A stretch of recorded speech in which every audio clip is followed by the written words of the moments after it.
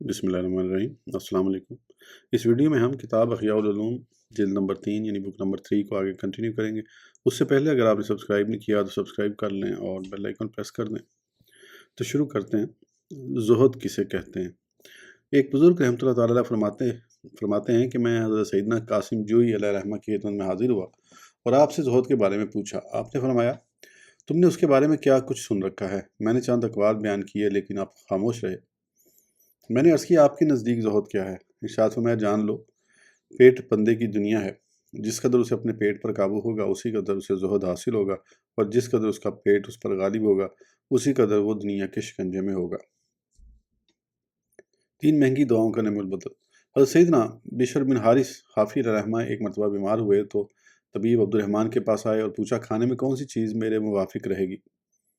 انہوں نے کہا، آپ مجھ سے پوچھ تو رہے ہیں لیکن جب میں بیان کروں گا تو آپ قبول نہیں کریں گے۔ حضرت سیدنا بشر حافی علیہ رحمہ نے فرمایا، آپ بیان کیجئے تاکہ میں سن لوں۔ طبیب نے کہا، سکنجبین ایک خاص مشروب نوش فرمائیے، بہدانہ یعنی ناشپاتی کا بیج چوسیں اور اس کے بعد مرغی کا ابلا ہوا گوشت کھائیں۔ آپ نے فرمایا، کوئی ایسی چیز جانتے ہیں جو سکنجبین سے کم قیمت اور اس کے قائم مقام ہو؟ کہا، نہیں۔ آپ نے فرمایا، میں جانتا ہوں۔ طبیب نے پوچھا، وہ کیا ہے؟ فرمایا، سرکے کے ساتھ کاسنی، ایک پودا۔ پھر فرمایا، ایسی چیز جانتے ہیں جو بہدانہ سے کم قیمت اور اس کے قائم مقام ہو؟ طبیب نے کہا، نہیں۔ آپ نے فرمایا، میں جانتا ہوں۔ طبیب نے پوچھا، وہ کیا ہے؟ فرمایا، خرنوب شامی یعنی کیرب کا درخت۔ آپ نے پھر پوچھا، کیا کوئی ایسی چیز جانتے ہیں جو مرغی کے ابلے ہوئے گوشت سے کم پیسوں کی ہو لیکن فائدہ اس کے قائم مقام ہو؟ طبیب نے کہا، نہیں۔ آپ نے فرمایا، میں جانتا ہوں، گائے کے دیسی گھی کے ساتھ چنے کا پانی اس کا بدل ہے۔ طبیب نے کہا، آپ تو مجھ سے زیادہ طب جانتے ہیں، پھر مجھ سے کیوں پوچھ رہے ہیں؟ تم نے اس تمام گفتگو سے یہ بات جان لی کہ یہ حضرات خواہشات اور پیٹ بھر کر کھانے سے بچتے تھے اور ان کا بچنا ان فوائد کے پیش نظر تھا جو ہم نے پیچھے ذکر کیے۔ نیز ان کے بچنے کا ایک سبب یہ بھی تھا کہ بعض اوقات انہیں خالص حلال چیز میسر نہیں ہوتی تو پرہیزگاری کی بنا پر وہ اپنے نفسوں کو صرف ضرورت کی مقدار کھانے کی اجازت دیتے، اور یہ بات معلوم ہے کہ ضرورت کی چیزیں خواہشات نہیں ہوتی۔ روٹی سے زائد چیز خواہش میں شامل ہے۔ حضرت سیدنا ابو سلیمان درانی قدس سرہ نے فرمایا، نمک بھی خواہش ہے کیونکہ یہ روٹی پر اضافہ ہے، اور جو چیز روٹی سے زائد ہو وہ خواہش ہے۔ یہ انتہائی تقویٰ ہے، لہذا جو صرف روٹی پر اکتفا نہیں کر سکتا اسے نہ تو اپنے نفس سے غافل ہونا چاہیے اور نہ ہی خواہشات میں منہمک ہونا چاہیے۔ انسان کے فضول خرچ ہونے کے لیے اتنا ہی کافی ہے کہ جس چیز کی اسے خواہش ہو اسے کھا لے اور ہر وہ کام کر گزرے جسے کرنے کی اسے چاہت ہو۔ مناسب یہ ہے کہ گوشت کھانے پر ہمیشگی نہ اختیار کی جائے۔ امیر المومنین حضرت سیدنا علی المرتضیٰ کرم اللہ وجہ فرماتے ہیں، جو شخص 40 دن تک گوشت کھانا چھوڑ دے اس کی طبیعت و مزاج میں خرابی و بگاڑ پیدا ہو جاتا ہے، اور جو 40 دن تک مسلسل گوشت کھاتا رہے اس کا دل سخت ہو جاتا ہے۔ کھانا کھا کر سو جانا دل سخت کرنا ہے۔ منقول ہے کہ ہمیشہ گوشت کھانا شراب کے چسکے کی طرح ایک چسکا ہے۔ جب انسان بھوکا ہو اور جمع کا دل بھی چاہے تو اس کے لیے مناسب نہیں ہے کہ کھانا بھی کھائے اور جمع بھی کرے اور اس طرح اپنے نفس کی دونوں خواہشیں پوری کر دے۔ اس کا نتیجہ یہ ہوگا کہ اس کا نفس اس پر قابو پا لے گا، جبکہ نفس بعض اوقات کھانا اس لیے طلب کرتا ہے تاکہ بشاشت اور گرمجوشی کے ساتھ جمع کر سکے۔ بہتر یہ ہے کہ انسان پیٹ بھرا ہونے کی حالت میں نہ سوئے کہ یوں وہ 2 غفلتوں کو جمع کر لے گا اور اسے سستی کی عادت پڑ جائے گی۔ نیز اس عمل کے باعث اس کا دل سخت ہو جائے گا، بلکہ اسے چاہیے کہ نماز پڑھے یا بیٹھ کر اللہ عز و جل کا ذکر کرے کہ یہ اس کی نعمت پر شکر کے زیادہ قریب ہے۔ حدیث مبارکہ میں ہے، عزیبوا طعامکم بذکری والصلاۃ ولا تناموا علیہ فتقسوا وقلوبکم، یعنی اپنے کھانے کو ذکر اور نماز کے ذریعے ہضم کرو اور کھانا کھا کر سو نہ جاؤ کہ اس طرح تمہارے دل سخت ہو جائیں گے۔ پیٹ بھر کر کھا لو تو خوب عبادت کرو۔ چاہیے کہ کھانا کھانے کے بعد کم از کم 4 رکعت نماز پڑھے یا 100 مرتبہ تسبیح کرے یا قرآن پاک سے ایک جز پڑھے۔ حضرت سیدنا سفیان ثوری علیہ رحمہ جب رات کو پیٹ بھر کر کھاتے تو شب بیداری کرتے، اور جب دن میں پیٹ بھر کر کھاتے تو اس کے بعد نماز پڑھتے اور ذکر کرتے۔ اور آپ فرمایا کرتے تھے کہ سیاہ فام کو پیٹ بھر کر کھلاؤ اور کام لے کر اسے تھکا دو، اور کبھی فرماتے گدھے کو پیٹ بھر کر کھلاؤ اور کام لیتے ہوئے اسے تھکا دو۔ کھانے کی بجائے پھل کھا لے۔ جب کبھی کھانا اور عمدہ پھل کھانے کو جی چاہے تو مناسب یہ ہے کہ روٹی نہ کھائے اور اس کے بدلے عمدہ پھلوں کو کھا لے تاکہ یہی غذا بن جائیں، انہیں بطور پھل ان کو شمار نہ کیا جائے اور نفس کی عادت اور خواہش جمع نہ ہو پائیں۔ حضرت سیدنا سہل بن عبداللہ تستری علیہ رحمہ نے حضرت سیدنا ابو الحسن علی بن سالم رحمہ اللہ کے ہاتھ میں روٹی اور کھجور دیکھی تو فرمایا، پہلے کھجور کھا لیجئے، اگر یہ کافی ہو جائے تو ٹھیک ہے، ورنہ اس کے بعد بقدر حاجت روٹی کھا لیجئے گا۔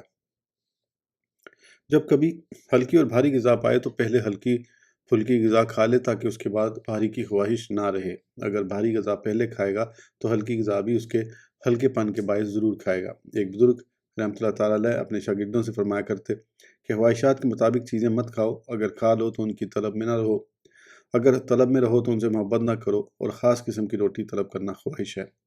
سیدنا عبداللہ بن عمر رضی اللہ عنہ فرماتے ہیں، عراق سے ہمارے پاس روٹی سے زیادہ پسندیدہ کوئی پھل نہیں آیا، آپ نے روٹی کو گویا پھل قرار دیا۔ خلاصہ کلام یہ ہے کہ جائز نفسانی خواہشات کے معاملے میں غفلت برتنے اور ہر حال میں نفس کی پیروی کرنے کی کوئی گنجائش نہیں۔ بندہ جس قدر اپنی خواہش کو پورا کرتا ہے اسی قدر اسے ڈر جانا چاہیے کہ بروز قیامت اس سے کہا جائے گا اذہبتم طیباتکم فی حیاتکم الدنیا واستمتعتم بہا۔ سورہ الاحقاف۔ ترجمہ: تم اپنے حصے کی پاک چیزیں اپنی دنیا ہی کی زندگی میں فنا کر چکے اور انہیں برت چکے، اور جس قدر وہ اپنے نفس سے جہاد کر کے اپنی خواہش چھوڑ دے گا اسی قدر دار آخرت میں اپنی خواہشات سے لطف اندوز ہوگا۔ چنانچہ چاول کی روٹی اور مچھلی۔ ایک بصری بزرگ رحمۃ اللہ تعالیٰ فرماتے ہیں، میرے نفس نے مجھ سے چاول کی روٹی اور مچھلی کا مطالبہ کیا تو میں نے اسے نہ دیا۔ اس کا مطالبہ بڑھ گیا اور میں بھی 20 سال تک نفس سے مجاہدہ کرتا رہا۔ جب ان کا انتقال ہوا تو کسی نے انہیں خواب میں دیکھ کر پوچھا، ما فعل اللہ بکا، یعنی اللہ عز و جل نے آپ کے ساتھ کیا معاملہ فرمایا؟ جواب دیا، اللہ عز و جل نے جس قدر نعمتیں اور عزت مجھے عطا کی میں اسے بیان نہیں کر سکتا، اور مجھے سب سے پہلے جو چیز دی گئی وہ چاول کی روٹی اور مچھلی تھی، اور ارشاد ہوا کہ آج جتنا دل چاہے اپنی خواہش کو مزے لے لے کر پورا کرو۔ ارشاد باری تعالیٰ ہے، کُلُوا واشربوا ہنیئا بما اسلفتم فی الایام الخالیہ۔ سورہ الحاقہ۔ ترجمہ: کھاؤ اور پیو رچتا ہوا صلہ اس کا جو تم نے گزرے دنوں میں آگے بھیجا۔ بے شک بزرگان دین رحم اللہ مبین نے ترک خواہشات یعنی بھوک پیاس وغیرہ کو آگے بھیجا۔ یہی وجہ ہے کہ حضرت سیدنا سلیمان دانانی قدس سرا فرماتے ہیں، کسی خواہش کو چھوڑ دینا دل کے لیے 1 سال کے روزے اور قیام سے زیادہ نفع بخش ہے۔ اللہ عز و جل ہمیں ایسے کام کرنے کی توفیق عطا فرمائے جو اسے راضی کر دیں۔ چوتھی فصل، بھوک کے حکم و فضیلت کے بارے میں اختلاف اور لوگوں کے احوال۔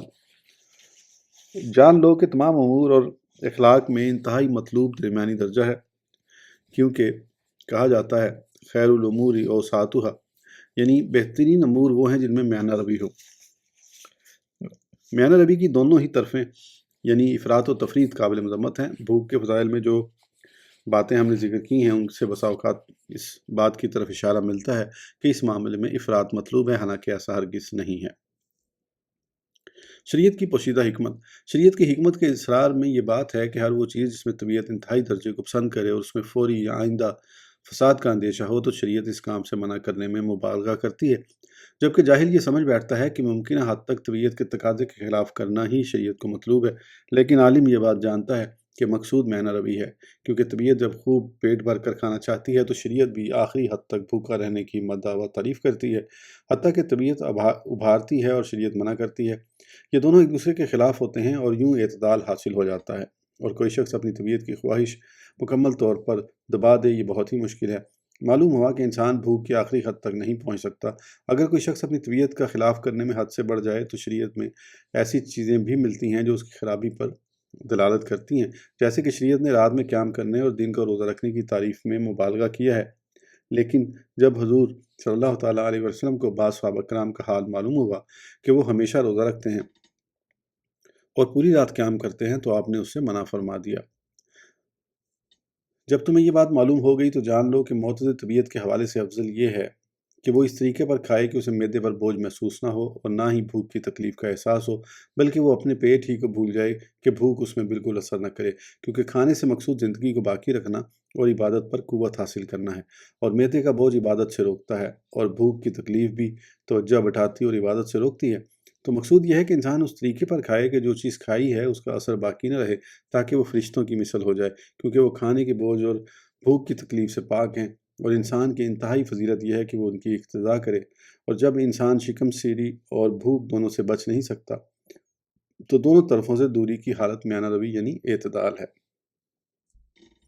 میانہ روی والے امور بہترین ہیں۔ باہم مخالف دونوں طرفوں یعنی افراط و تفریط سے بچنے اور درمیانی درجے کی طرف بندے کے لوٹنے کی مثال اسی طرح ہے کہ آگ سے گرم کیے ہوئے ایک گول کڑے کو زمین پر رکھا جائے اور اس کے درمیان میں چیونٹی کو ڈال دیا جائے۔ چیونٹی اس کی گرمی سے بھاگے گی، اور چونکہ وہ کڑا چیونٹی کو چاروں طرف سے گھیرے ہوئے ہے تو چیونٹی اس سے نکلنے پر قادر نہیں ہو سکے گی، لہذا وہ بھاگتی رہے گی حتیٰ کہ اس کے مرکز یعنی درمیان میں آ کر ٹھہر جائے گی۔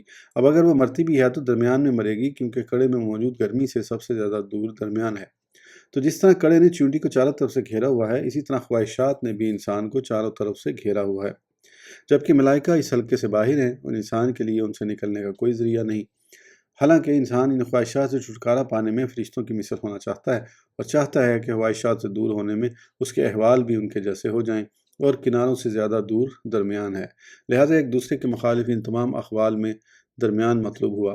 اسی بات کو حضور نبی کریم صلی اللہ تعالیٰ علیہ وآلہ وسلم نے اپنے فرمان میں اس طرح تعبیر کیا ہے: خیر الامور اوساطھا، یعنی بہترین امور وہ ہیں جن میں میانہ روی ہو۔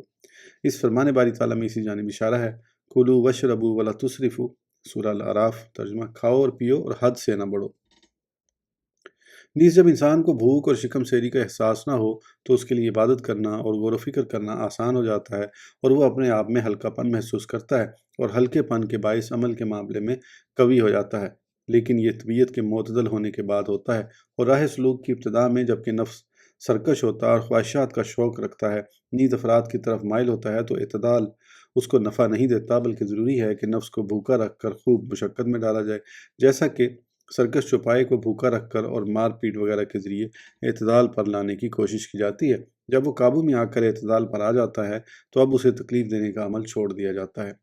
اسی راز کے سبب شیخ اپنے مرید کو ان کاموں کا حکم دیتا ہے جنہیں وہ خود نہیں کر رہا ہوتا، چنانچہ وہ اسے بھوکا رہنے کا کہتا ہے حالانکہ خود بھوکا نہیں رہتا، اسے پھل اور من پسند چیزیں کھانے سے منع کرتا ہے حالانکہ خود ان سے نہیں رکتا، کیونکہ وہ اپنے نفس کی تادیب و تربیت سے فارغ ہو چکا اور اسے مشقت میں ڈالنے سے بے نیاز ہو چکا ہے، اور چونکہ نفس کے اکثر احوال عبادت سے بچنے، حرص، شہوت اور سرکشی پر مشتمل ہیں، لہذا اس کے لیے زیادہ مناسب ایسی بھوک ہے جس کی تکلیف اکثر احوال میں اسے محسوس ہو، تاکہ نفس کا زور کم پڑ جائے۔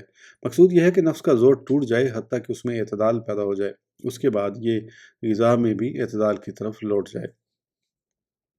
ہمیشہ کی بھوک سے بچنے والے دو افراد۔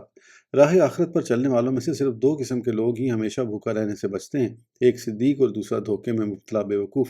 صدیق تو اس لیے کہ اس کے نفس کو سیدھی راہ پر ثابت قدمی نصیب ہوتی ہے اور اسے اس بات کی ضرورت نہیں ہوتی کہ بھوک کی سختیوں کے ذریعے اسے حق کی طرف گامزن کیا جائے، جبکہ دھوکے میں مبتلا شخص اپنے متعلق یہ گمان کرتا ہے کہ وہ صدیق ہے، اسے نفس کی تادیب اور تربیت کی ضرورت نہیں، اور وہ اپنے نفس کے بارے میں اچھا گمان رکھتا ہے، اور یہ بہت بڑا دھوکہ ہے اور یہی زیادہ غالب ہے، کیونکہ بہت کم ایسا ہوتا ہے کہ نفس مکمل طور پر تربیت یافتہ ہو چکا ہو، حالانکہ اکثر تربیت نہیں ہوئی ہوتی۔ ایسا شخص جب صدیق کو اپنے نفس کے ساتھ نرمی برتتا دیکھتا ہے تو خود بھی اپنے نفس کے ساتھ نرمی برتنے لگتا ہے، جیسے کوئی مریض صحت مند شخص کو کچھ کھاتا دیکھے تو اپنے آپ کو صحت مند تصور کر کے وہی کچھ کھانے لگے اور یوں ہلاک ہو جائے۔ سرکار صلی اللہ علیہ وآلہ وسلم کے کھانے کا وقت مقرر نہ تھا، اور رہی وہ بات کہ جو اس امر پر دلالت کرتی ہے کہ مخصوص وقت میں مخصوص غذا کی تھوڑی سی مقدار مقرر کی جائے، تو یہ فی نفسہ مقصود نہیں، بلکہ مقصود تو محض اس نفس کا مجاہدہ ہے جو حق سے دور ہے اور رتبہ کمال کو نہیں پہنچا، کیونکہ حضور نبی کریم صلی اللہ تعالیٰ علیہ وسلم کے کھانے کی نہ تو مقدار معین تھی اور نہ ہی وقت مقرر تھا۔ ام المومنین حضرت سیدنا عائشہ صدیقہ رضی اللہ عنہا فرماتی ہیں، حضور صلی اللہ تعالیٰ علیہ وسلم روزے رکھتے رہتے حتیٰ کہ ہم کہنے لگتے کہ آپ روزہ نہیں چھوڑیں گے، اور کبھی روزہ رکھنا چھوڑ دیتے حتیٰ کہ ہم کہنے لگتے اب آپ روزہ نہیں رکھیں گے۔ آپ صلی اللہ تعالیٰ علیہ وسلم اپنے اہل خانہ کے پاس تشریف لاتے اور پوچھتے کیا تمہارے پاس کچھ ہے، اور اگر جواب ہاں میں ہوتا تو تناول فرما لیتے، اگر نہ میں ہوتا تو فرماتے ایسا ہے تو میرا روزہ ہے۔ آپ صلی اللہ تعالیٰ علیہ وسلم کے سامنے کوئی چیز پیش کی جاتی تو فرماتے میرا ارادہ تو روزے کا تھا، پھر اسے تناول فرما لیتے۔ ایک دن آپ تشریف لائے اور ارشاد فرمایا میرا روزہ ہے۔ حضرت سیدنا عائشہ صدیقہ عنہا نے عرض کی ہمیں حیث یعنی خاص قسم کا حلوہ تحفہ بھیجا گیا ہے۔ آپ صلی اللہ تعالیٰ علیہ وسلم نے فرمایا میرا ارادہ روزے کا تھا، لیکن تم اسے قریب لے آؤ۔ اب کوئی مقدار مقرر ہے نہ وقت۔ حضرت سیدنا سہل بن عبداللہ تستری علیہ رحمہ کے بارے میں منقول ہے کہ آپ سے پوچھا گیا راہ سلوک کی ابتدا میں آپ کی کیا حالت تھی؟ آپ نے مختلف ریاستوں کے بارے میں بتایا، ان میں سے ایک یہ تھی کہ آپ ایک مدت تک بیری کے پتے بطور خوراک استعمال کرتے رہے، اور ایک ریاست یہ تھی کہ آپ 3 سال تک انجیر کوٹ کوٹ کر کھاتے رہے، اور فرمایا میں 3 سال تک 3 درہم کی غذا پر گزارا کرتا رہا۔ پوچھا گیا اس وقت آپ کی کیفیت کیا ہے؟ ارشاد فرمایا اب نہ کوئی مقدار مقرر ہے نہ وقت۔ آپ کے کہنے کا یہ مطلب نہیں کہ اب میں زیادہ کھاتا ہوں، بلکہ مراد یہ ہے کہ جو میں کھاتا ہوں اس کی میں نے کوئی ایک مقدار مقرر نہیں کی ہے۔